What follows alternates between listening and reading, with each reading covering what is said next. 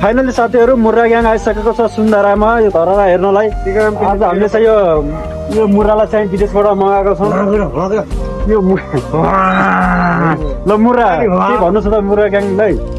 मुर्रा ग्याङले के सुझाव दिन चाहन्छु भने के छ तिमी नि मुर्रा होइन र? आखिर तिमी यो मुर्रा ग्याङ चाहिँ किन आएको त धरहरा चढ्नु? किनभने माथिबाट कस्तो देखियो रहेछ यो संसार यो होइन। उसले भनेको कुरा एकदम गलत हो। यो मुर्रा चाहिँ एकदमै सिङ्गल छ।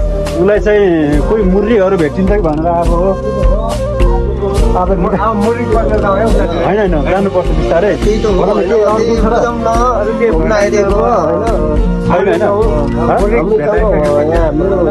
त्यसै गरी हामीसँग एउटा मुन्ना भ्लग पनि हुन्छ। सबैले मुन्ना भ्लगमा पनि माया गरिदिनु होला। ल मुन्ना भ्लग के छ? मुन्ना भ्लगलाई सबैले सब्सक्राइब गरिदिनु होला है।